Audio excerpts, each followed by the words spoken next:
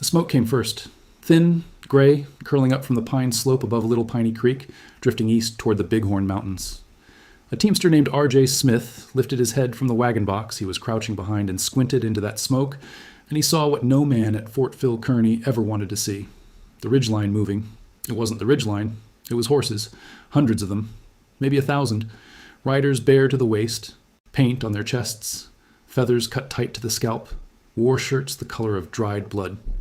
They poured down off that ridge like water finding its level, and the sound they made, a witness said later, was something between a war cry and a song, and it did not stop. It did not stop for 6 hours.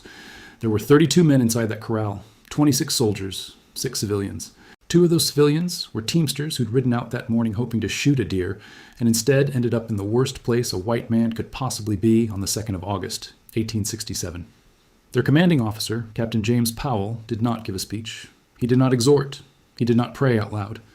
According to one account, he turned to his men, looked once across the open prairie, and said only 4 words. "Men, here they come." What happened next was not supposed to be possible. 32 men, lying in the dust behind 14 wagon boxes, laid on the open ground, against a force that historians would later estimate at anywhere from 500 to 2,000 warriors led by Red Cloud, by Crazy Horse, by High Backbone himself. 6 hours of fighting, 8 separate charges. And when it was over, only the dead would know exactly how many fell on either side, because the Lakota carried their fallen away, as was their custom, and no body count would ever be truly settled. But the question that has haunted historians for nearly 160 years is not how many died. It's something stranger than that, something the Lakota themselves wrestled with for the rest of their lives. Because something happened in those wagon boxes that morning that no one, not the soldiers, not the warriors, not the chiefs watching from the hills, had ever seen before. And before this story ends, you'll understand why a Lakota warrior named American Horse, decades later, would say that the wagon box fight was the moment he first understood that the world his people knew was already gone. Before we ride deeper into this story, I want to share something with you real quick.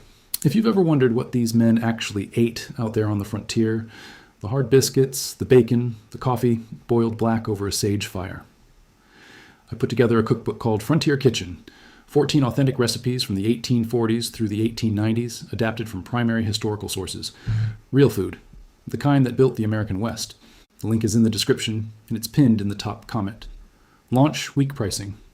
Now, back to the wagon boxes and the morning that changed everything. To understand what happened on the 2nd of August, 1867, you have to understand what had happened 7 months before. December 21st, 1866. The Fetterman fight. A captain named William Fetterman, who had reportedly once boasted that with 80 good men he could ride through the entire Sioux Nation, was given exactly 80 men and sent over a ridge called Lodge Trail Ridge, north of Fort Phil Kearny, to chase what he thought was a small Lakota raiding party. He never came back. Not a single man came back. The decoy that lured him over the ridge was a young warrior named Crazy Horse. The man waiting for him on the other side was Red Cloud. 81 soldiers died in less than 40 minutes. It was, at that point in time, the worst defeat the United States Army had ever suffered on the Great Plains. The men of Fort Phil Kearny did not even find all the bodies that first day. The wind was bitter cold. The snow was already beginning. The relief party that finally made it over the ridge found their dead frozen in the positions they had fallen in, scattered down a slope that the soldiers, ever after, would call Massacre Hill. Some of the bodies were never identified. Some of the soldiers who saw what was up on that ridge could not, in the months that followed, hold their hands steady when they tried to write home. A young assistant surgeon named Samuel Horton, who had been at the fort that morning and who helped recover the dead, wrote a letter to his sister in Ohio in which he described the cold and the silence and the way the snow seemed to fall straight down out of a sky the color of lead. He did not describe what he saw on the ground. He wrote only that he hoped to never write about that day, ever, to anyone, and that he was sorry he had even mentioned it. He kept his word. He never spoke of Massacre Hill again, not even when his own children years later asked him about the war he had served in. That was the shadow under which the men of Fort Phil Kearny lived for the next 7 months.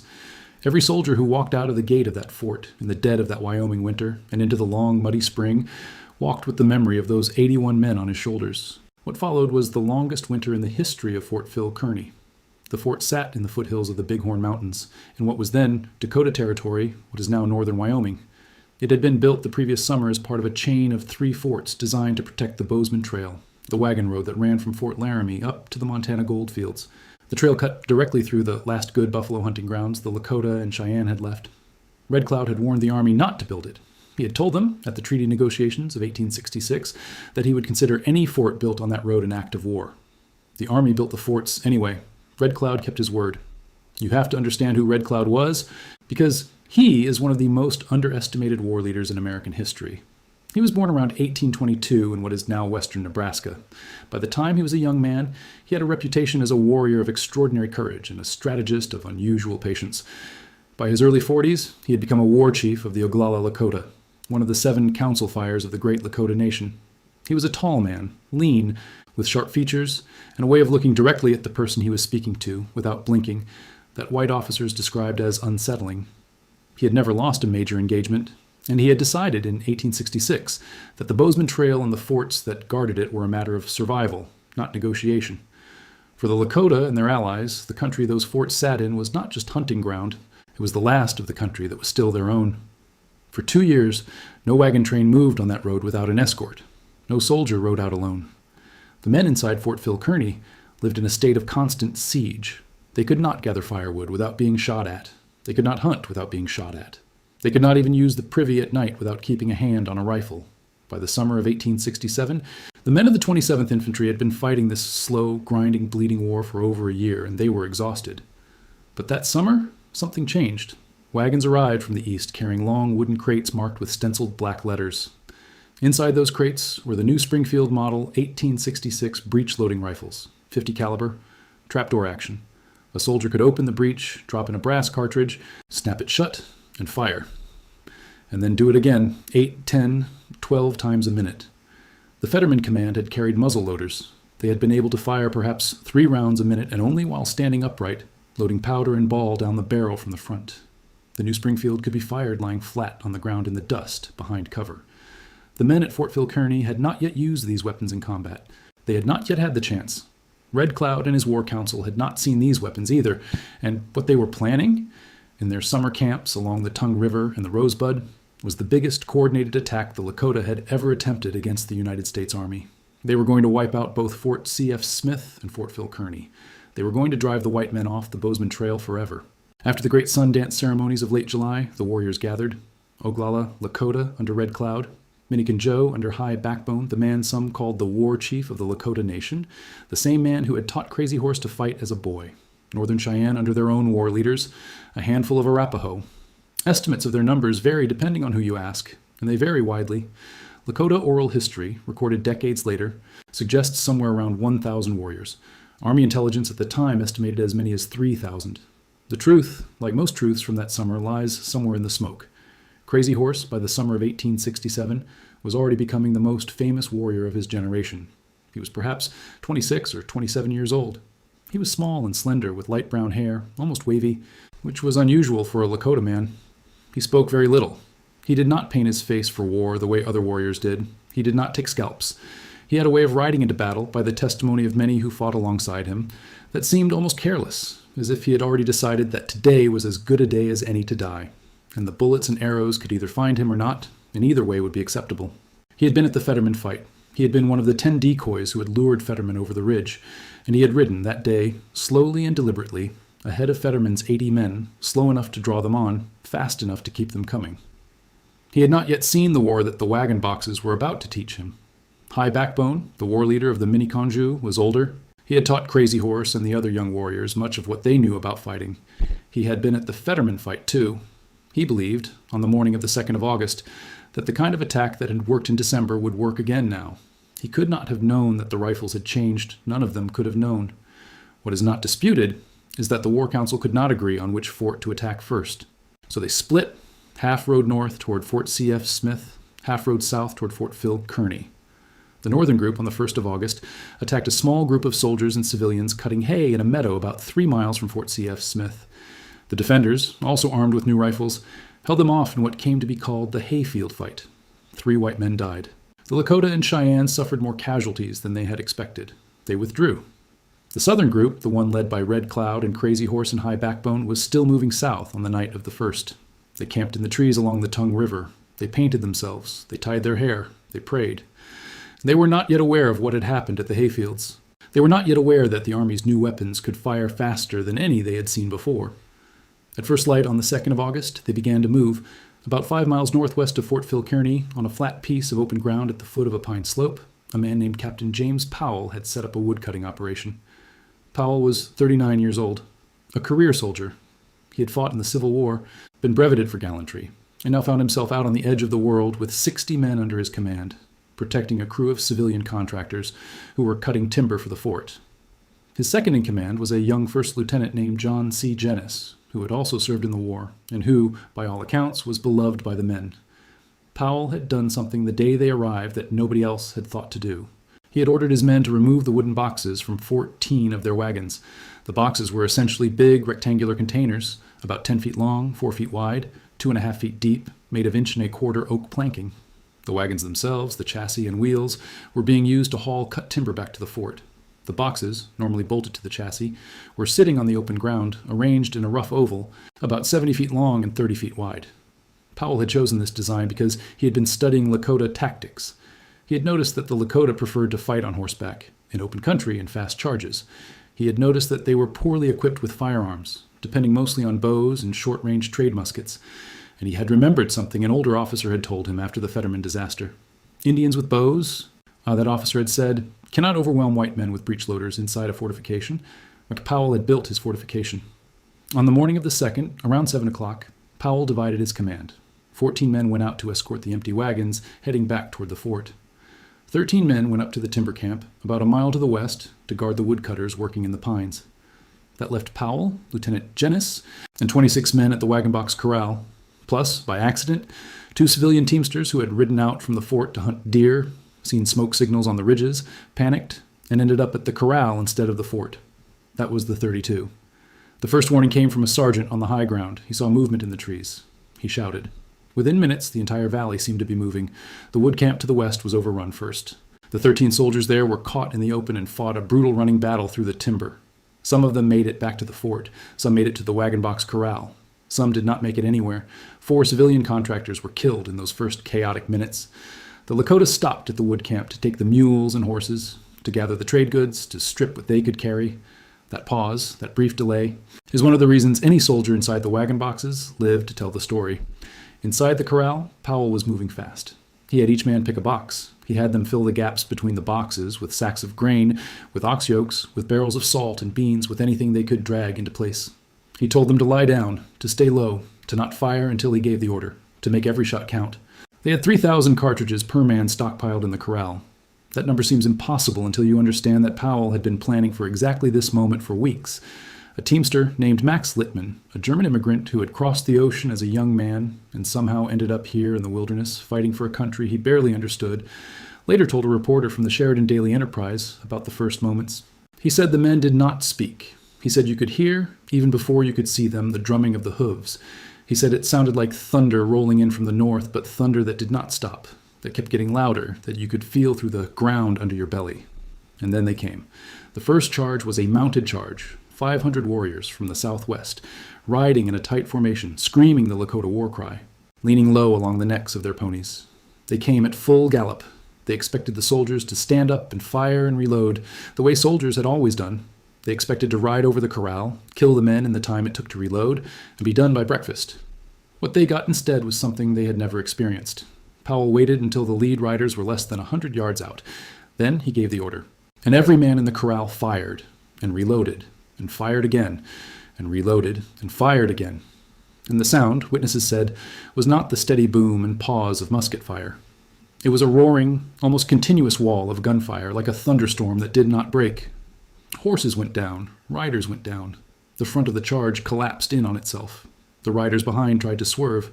The fire kept coming. The charge broke. The survivors wheeled their ponies and rode out of range, regrouped on the slopes, and began to talk among themselves. Something was wrong. Something was very wrong. R.J. Smith, the teamster, said later that he could see the warriors on the hills gesturing, arguing, looking at the corral with what he interpreted as confusion. He said one chief seemed to be shouting at the others, pointing back at the wagons. Smith did not understand Lakota, but he understood what he was seeing. The Lakota had attacked an army position before. They had attacked Fetterman just months earlier. They knew how long it took white soldiers to reload, and nothing they were seeing on the 2nd of August matched anything they had ever seen before. By the time those few minutes had passed, an estimated 800 warriors had surrounded the corral. They were now in every direction. The slopes to the north, the ridges to the south, the timber to the west, the open ground to the east. The men inside the wagon boxes were now 32 men against, at the most conservative estimate, several hundred surrounding warriors, with no possibility of retreat, no relief in sight, and the sun barely above the horizon. What came next was a kind of fighting the army had not done in this war. The Lakota, having learned from the first charge, dismounted. They began to fight on foot. They used the terrain. They crawled forward through the prairie grass, behind rocks, behind dead horses, working their way closer. They began to use snipers. Some of them, contrary to Powell's expectation, did have firearms, mostly trade rifles and old muzzle-loading muskets and a few captured breech-loaders. The shots came from everywhere. They came in waves, then stopped, then came again from a new direction. This was when Lieutenant John C. Jenness was killed. Jenness was at the opposite end of the corral from Powell, commanding the southern side. He was a young man, 28 years old, from New Hampshire. He had fought through the entire Civil War, been promoted, and then taken a commission in the regular army after the war ended. He had a young wife back east. According to 2 separate eyewitness accounts, Jenness was warned, repeatedly, to stay down. The teamster Smith said later that Jenness had moved over to him just minutes earlier and had told him personally to hold his fire until he was sure of his target. He had moved a few feet from my box, Smith recalled it when he was struck. Another account from a soldier who survived suggests that Jenness stood up at one point during one of the assaults and said something to his men. Some accounts give him the words, "I know how to fight Indians." Other accounts give him the words, "Well, boys, they are coming, but I don't think I will last long." It is impossible to know now which version is true, or whether either is true, or whether the men who survived simply needed, in the years afterward, to give their dead lieutenant a final sentence worthy of him. What is certain is that he was standing up, and that a moment later, a rifle ball struck him in the head and he was dead before his body hit the dust. 2 privates went down soon after. Henry Haggerty, killed instantly. Thomas Boyle, killed by a wound to the chest. 2 other privates were wounded but stayed in the fight, loading and firing from where they lay. The dead were left where they had fallen. There was no time and no spare hand to move them, and still the charges came. What followed was hour after hour of fighting that defies the way modern people think about combat. There was no relief. There was no break. The Lakota and Cheyenne attempted, by some counts, 8 separate organized assaults on the corral between roughly 7:30 in the morning and 1:30 in the afternoon. Between those organized assaults, sniper fire was continuous. Arrows came down out of the sky in volleys, fired in high arcs to drop inside the corral. A few of those arrows found their marks. Most of them stuck in the wooden sides of the boxes and quivered there, harmless. Think for a moment about what 6 hours of that kind of fighting actually does to a man. The sun came up at around 5:45 that morning. By 8 o'clock, it was hot. By 10, the air was shimmering. By noon, the temperature inside that corral, lying flat against the bare ground in heavy wool uniforms, with smoke from black powder hanging in a fog over their heads, must have been close to 100 degrees. The men had not eaten since dawn. They had drunk what little water they had in their canteens. Their hands, gripping the warm wood of the Springfield stocks, were slick with sweat and gunpowder, and by then, blood from cuts they had not noticed taking. Every time they fired, the rifle kicked them in the shoulder. After 3 hours, after 4, every kick was hitting bruises on top of bruises. After 5 hours, men could not lift their arms above their heads, and the sound. We talk a lot in this country about the noise of war, but few men who were not there can really imagine what continuous gunfire sounds like in a closed space. The wagon boxes, arranged in that oval, formed a kind of crude amphitheater. Every gunshot bounced back. By noon, most of the men inside that corral were partially deafened. Some of them, in their old age, would tell their grandchildren that they had never really heard the world the same way after the wagon box fight. The ringing in their ears, they said, never quite went away. Max Littman, the German immigrant, did not get behind a wagon box. He lay flat on his belly with another civilian, a baker named Jim Condon, behind 2 heavy wooden ox yokes that had been stacked on top of each other. There was a barrel of salt and a barrel of beans near them. They fired through the gap between the yokes. When the fighting was over and they could finally stand up, Littman would count the marks in the wood. He found, in one cluster of damage no bigger than a foot wide, 57 separate impacts, bullets, arrowheads, lead balls, all of them clustered within a foot of where his head had been. He saved that ox yoke for the rest of his life. He said it was the closest he ever came to dying, and he had crossed an ocean to get to the wagon box corral. Around the middle of the morning, something happened that has never been fully explained. A group of warriors, possibly under the direct leadership of High Backbone, possibly led by another chief whose name has been lost to the record, attempted what should have been the decisive blow. They concentrated maybe 200 warriors at the southwest corner of the corral, the spot closest to the timber. They came on foot. They came in a wedge. They were close enough, by some accounts, that the soldiers could see the paint on their faces and the individual feathers in their hair. A few warriors, according to multiple eyewitnesses, got within 5 feet of the wagon boxes. One placed his hand on the wood of a box. He may have been about to climb over, and then he was gone. The wave broke. It broke because the soldiers inside the corral had so much ammunition and were firing so fast that the warriors in the front rank could not survive the time it took to climb over the wood. The men who had been with them seconds before were dead. The men behind them had stopped. The wedge dissolved. The survivors fell back, dragging their dead and wounded with them, using lariats tied to ponies to retrieve bodies from the open ground. Some of those bodies they could not retrieve. They were too close to the corral. The continuous fire from inside made it suicide to approach them. According to Lakota accounts gathered decades later, this was one of the moments that shook the warriors most deeply. To leave the dead on the field was, in Lakota tradition, a terrible thing. To leave them within sight of an enemy was a sorrow beyond words. But the new rifles made it impossible. The dead would have to stay.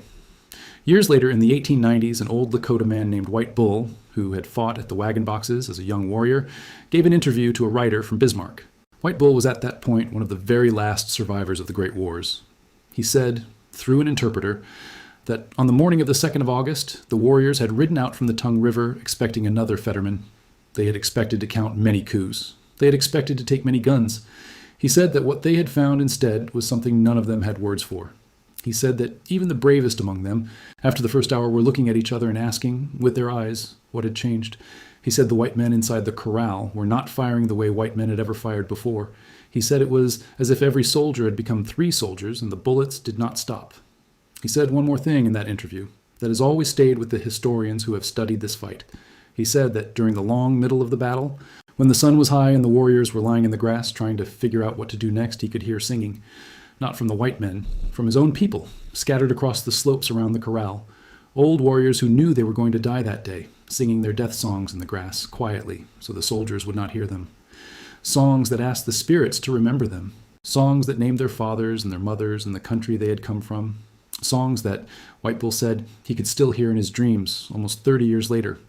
I want to pause here for a moment because if you're getting something out of this story, if you appreciate the work that goes into researching, writing, and telling these forgotten American stories the way they deserve to be told, the kindest thing you can do is subscribe to this channel and tap that little bell. It's free. It tells the algorithm that this kind of history matters, and it lets me keep telling these stories for you. Now, back to the wagon boxes and a sound coming up the valley from the south that none of those 32 men knew was coming. By 11 o'clock in the morning, the men inside the corral were exhausted. Some of them had been firing for over 3 hours. Their rifle barrels were too hot to touch. According to one account, the men were pouring water from their canteens down the barrels of their Springfields between volleys just to cool them enough to keep firing. The wagon boxes themselves were splintered and chipped from the impact of hundreds of rounds. The dust inside the corral was thick enough to choke a man. The smell of black powder smoke, sweat, blood, and burnt wood had settled in like a fog that would not lift. They did not know that, 4 miles to the southeast, on a high promontory called Pilot Hill, 2 soldiers stationed as lookouts had been watching everything since dawn. They had seen the smoke, they had heard the gunfire, they had signaled the fort. And at Fort Phil Kearny, a major named Benjamin F. Smith was assembling a relief column, 100 men, 10 wagons, a mountain howitzer. The decision to send the relief column was not as simple as it sounds. The commanding officer at the fort, Colonel John Smith, had to weigh a terrible question. The Fetterman disaster of the previous December was the obvious example. Fetterman had ridden out to relieve a wood-cutting detail. He had been lured into an ambush, and his entire command had been annihilated. There was every reason to believe that the same trap might be waiting now. The smoke columns on the ridges. The reports from survivors who had fled the wood camp. The sheer volume of warriors visible from Pilot Hill. It could have been another decoy operation. The colonel waited for almost 3 hours by the surviving accounts before he gave the order. Then he chose his most experienced officer, Major Smith, and he gave him a howitzer, and he told him to take the safer route, to move cautiously, and to fire the cannon at the first sign of an ambush. The men in the wagon boxes did not know they were coming. They did not know if anyone was coming. What they did know was that the fighting was not stopping. After the failed wedge assault, the Lakota had pulled back, regrouped, and were now beginning to gather for what looked like one final massed attack. From the slopes above the corral, the soldiers could see warriors riding in from every direction, joining the others, painting fresh designs on their ponies, preparing for what might be the last charge. Some accounts say there were as many as 500 warriors gathering. Some say 1,000. The men inside the corral, looking up at the hills, must have known what they were seeing. They must have understood in that moment that they did not have enough cartridges to survive another full assault like the first one. That this might be the end. It was around 11:30 in the morning, according to Powell's official report, when they heard it. The boom of a single cannon, distant but unmistakable, a mountain howitzer firing a shell from down the valley. Major Smith and his relief column had come close enough to the corral to see what was happening. Smith had ordered the howitzer unlimbered. The first shell went out, screaming over the prairie, and exploded in the open ground between the corral and the warriors on the hillside. It did not kill many. It did not need to.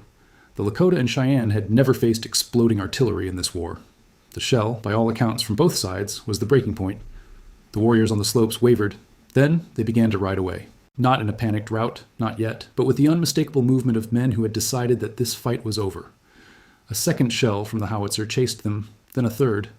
Within minutes, the slopes were empty, where moments before there had been hundreds of horses and riders. Now there was only dust drifting in the wind, and bodies in the grass that nobody on either side could safely retrieve. The men inside the corral, when they finally stood up, did not cheer. The accounts are unanimous on this point. There was no shout of victory, there was only silence, the kind of silence that follows hours of impossible noise. Some of the men sat down where they had been kneeling for the entire battle and could not stand back up. Some of them, according to one account, simply began to weep, quietly without speaking. Captain Powell walked the length of the corral, checking on each man, counting the dead and the wounded. He found Lieutenant Jenness where he had fallen. He stood for a long moment over the body of the young officer and said nothing, and then moved on. The official casualty count from inside the corral was 5 killed, including Lieutenant Jenness and the 2 privates, Haggerty and Boyle, plus 2 civilian contractors who had been killed in the corral itself. 2 soldiers were wounded. Outside the corral, in the running fight at the wood camp and along the road back to the fort, an additional 6 men had died. The total American dead was therefore 11. The wounded numbered around 6. The Lakota and Cheyenne losses are, and always will be, in dispute. Captain Powell, in his official report to his superiors, estimated that he had killed at least 60 warriors and wounded perhaps 120 more. Other Army officers, eager to magnify what was clearly an extraordinary defensive victory, would later put the figure as high as 300 dead. Lakota oral history, gathered decades later from warriors who had survived the fight, gave a very different number. The Lakota accounts suggest that perhaps 6 warriors were killed and another 6 wounded. The truth, almost certainly, is somewhere between those 2 extremes. A reasonable modern estimate, based on the surviving evidence from both sides, is somewhere between 30 and 60 dead among the Lakota and Cheyenne, with many more wounded. But no one will ever know for certain. The dead were taken away. The wounded were taken away. The hillside was empty by sundown. Major Smith and the relief column reached the corral by early afternoon. The dead were loaded into the wagons. The wounded were tended to. The survivors were given water, food, fresh ammunition. Then the entire force began the slow march back to Fort Phil Kearny, and the men of the 27th Infantry, the men who had held the wagon boxes for nearly 6 hours against a force that should have wiped them out before noon, walked through the gates of the fort to a silence almost as heavy as the one on the battlefield. Nobody quite knew what to say. The fort surgeon, an Irish doctor named Horton, was waiting at the gate. He looked at the men coming in and at the bodies in the wagons, and then he looked at Powell. Powell, by all accounts, had not spoken on the entire ride back. He nodded at the surgeon. He climbed off his horse. He walked slowly to his quarters. And then, according to one private who was watching from a doorway, the captain went inside and closed the door, and did not come out for the rest of the day, and did not come out the next day either, except to attend the funeral of Lieutenant Jenness. He would, later, write the official report that has come down to us through history. But he did not, in the years that followed, ever talk about that morning in public. Not once. The wounded soldiers were laid in the post hospital. The surgeon worked through the afternoon and into the night. One of the wounded would survive, the other would not. The 2 dead privates were buried alongside Lieutenant Jenness in the small cemetery just outside the walls of the fort. The funeral was held the following morning. The men of the 27th Infantry stood at attention in the August heat, and the post-chaplain read from the Book of Psalms. The bodies were lowered into the dry Wyoming ground, and Captain Powell stood at the head of the grave of his lieutenant and did not speak. And here, perhaps, is where the strangest part of the story begins, because the Wagon Box Fight did not actually change the outcome of Red Cloud's war. That sentence may surprise you if you have only ever heard the Wagon Box Fight told as a great American victory, but it is true, and it is one of the most curious facts in the history of the American frontier. The Lakota and Cheyenne had been bloodied, certainly. They had been confused and shocked by the new rifles, They had learned that a war of mounted charges against fortified positions was no longer a war they could win the way they had won the Fetterman fight. But they had not been beaten, not in any meaningful sense. Within weeks of the Wagon Box Fight, the warriors regrouped. They returned to the strategy that had served them since the beginning of the war. They continued the slow strangulation of the Bozeman Trail. Wagon trains were attacked. Wood-gathering details could not move without armored escort. The forts remained, but they were prisons. The Army held them, but the Army held only them. And in Washington, a year later, the politicians did the calculation. They looked at the costs of defending the Bozeman Trail, at the lives lost, at the wagons burned, at the soldiers buried, and they decided it was not worth it. The Union Pacific Railroad had reached the west. There were other routes to Montana now. The Bozeman Trail had become a road that could not be defended at any reasonable price. In the spring of 1868, a delegation of generals rode out to meet with Red Cloud. He kept them waiting for months. He did not come down from his summer camps in the Powder River country until he had heard that the soldiers were leaving the forts. And in November of 1868, Red Cloud, the only Indian chief who would ever, in the long history of the wars between the United States and the Plains nations, force the Army to abandon its own forts, came in to sign the Treaty of Fort Laramie. Forts CF. Smith and Phil Kearny were stripped and abandoned in the summer and fall of 1868. The Lakota burned both forts to the ground within hours of the Army leaving. The Bozeman Trail was closed. The Powder River country was, by treaty, declared unceded Indian territory, the exclusive hunting ground of the Lakota and their allies. The Wagon Box Fight had not won the war for the United States. The United States had simply walked away. So what, then, did the Wagon Box Fight actually mean? The answer is something I think you can only see clearly with the long perspective of history. The Wagon Box Fight was the first moment in the Great Wars of the Plains, when a major Lakota war effort came up against a kind of technology that they had never faced before and could not adapt to in real time. It was a warning. The next time the Army came out onto the plains in force, they would all carry the new rifles. The next time, they would bring artillery as a matter of course. The next time, there would be a railroad behind them, supplying them, moving troops faster than horses could ride. And the Lakota war leaders, the ones who survived the wagon boxes, understood this. They understood it in a way that is one of the most quietly heartbreaking things in the historical record. American Horse, who fought as a young warrior at the wagon boxes, would say later that the Wagon Box Fight was the first time he understood that his people could not win a long war against the white men. They could win a battle. They could even win a campaign. They could even, as Red Cloud was about to win, force a treaty. But they could not win a war that went on forever against an enemy whose weapons kept changing. Crazy Horse, who was at the wagon boxes that day as one of the war leaders, drew a different conclusion. He had been at the Fetterman fight. He had ridden as one of the decoys. He had seen the Army humiliated. Now he had seen the Army endure. He would not forget either lesson. 9 years later, on a hot June day along a river the Lakota called the Greasy Grass, the army that came out onto the plains was led by a colonel named George Armstrong Custer, and Crazy Horse would be one of the war chiefs who waited for him. The Wagon Box Fight, in some sense, had given Crazy Horse the patience he would carry to the Little Bighorn. He had learned that the Army's strength was in its fortifications and its firepower. He had learned that the Army's weakness was in the open, divided in country where its weapons could not save it. He waited for 9 years, and then, on the hot June day, he found the Army in exactly the place he had been waiting for. But that, of course, is another story. Captain James Powell, the quiet, careful officer who had built the wagon box corral out of nothing more than an old officer's advice and his own attention to detail, was eventually promoted to major. He served on for years, fighting in other Indian campaigns. He was, by every account, never a man for speeches. He died in 1873, only 6 years after the Wagon Box Fight, of natural causes, far from the battlefield where his name had been made. He never wrote a memoir. He never gave interviews. The 4 words history remembers him by were the same 4 he reportedly said to his men that morning. "Men, here they come." Lieutenant John C. Jenness was buried at Fort Phil Kearny in early August of 1867. When the fort was abandoned a year later, his remains, along with those of the other soldiers buried at the post, were exhumed and moved to the Custer National Cemetery on the bluff above the Little Bighorn battlefield, where they remain to this day. His wife, the young woman he had left in New Hampshire, never remarried. According to family records, she kept his letters for the rest of her life and asked on her deathbed that they be buried with her. They were. The Springfield rifles, the trapdoor breech loaders that had made the impossible possible, would remain the standard infantry rifle of the United States Army for almost 20 years. Soldiers would carry them up the slopes of Wounded Knee. They would carry them at the Battle of the Rosebud. And, in one of the strange ironies of history, they would carry them too at the Little Bighorn, where the same weapons that had saved Powell's men in 1867 would, in the hands of Custer's command, prove woefully inadequate against the kind of fight Crazy Horse had been preparing for since the wagon boxes.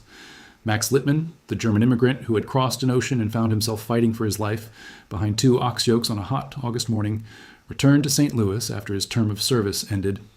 He lived a long, quiet life as a small businessman. In 1912, when he was an old man, he gave that interview to the Sheridan Daily Enterprise. The reporter asked him what he remembered most about that day. Littman, according to the printed account, thought for a long while before answering. He did not talk about the bravery of the soldiers, or the courage of Lieutenant Jenness, or the cleverness of Captain Powell. He talked instead about a Lakota warrior he had seen up close that morning, a young man perhaps no older than 20, who had ridden in close during one of the charges. The warrior, Littman said, had looked at him for just a moment across the open ground, and in that moment both of them had known that they were not enemies. They were just 2 men on a piece of ground that did not belong to either of them, doing what they had been sent to do. That young warrior, Littman said, had ridden away. He did not know if he had survived the rest of the battle. He said he had thought about that young man's face for 45 years. R.J. Smith, the teamster who had been told by Lieutenant Jenness to hold his fire and make every shot count, lived into the 20th century.